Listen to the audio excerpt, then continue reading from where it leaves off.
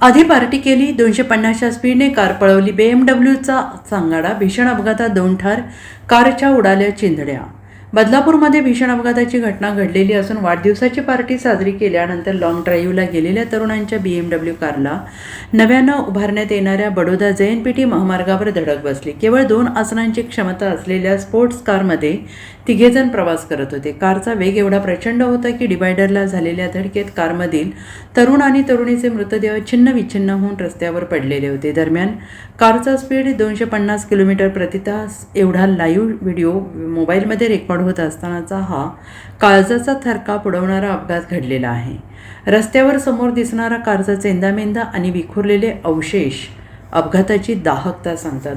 वाढदिवसाचा आनंद क्षणात कसा काळ बनून आला याचं हे थरकाप उडवणारं वास्तव. बदलापूरमध्ये योगेश नेगी या तरुणाचा वाढदिवस साजरा झाला. पार्टी रंगात आली. पार्टीसाठी योगेशची मैत्रीण रेबिका जेकब खास मुंबईच्या वांद्रेवरून बदलापूरला आली होती. पार्टी संपली आणि मित्राची महागडी BMW Z4 कार घेऊन हे तिघेजण लाँग ड्राईव्हसाठी निघाले. पण हा प्रवास त्यांचा शेवटचा ठरला.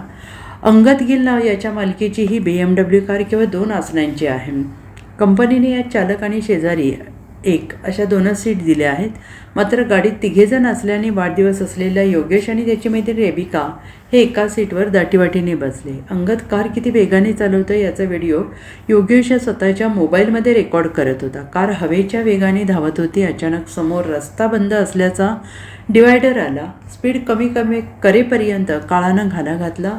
कार थेट डिवायडरवर आदळली. धडक एवढी भीषण होती की योगेश आणि रेबिका कारमधून थेट बाहेर फेकले गेले आणि दोघांचेही मृतदेह छिन्न विच्छिन्न झाले. Bureau report, SBN Marathi, Mumbai.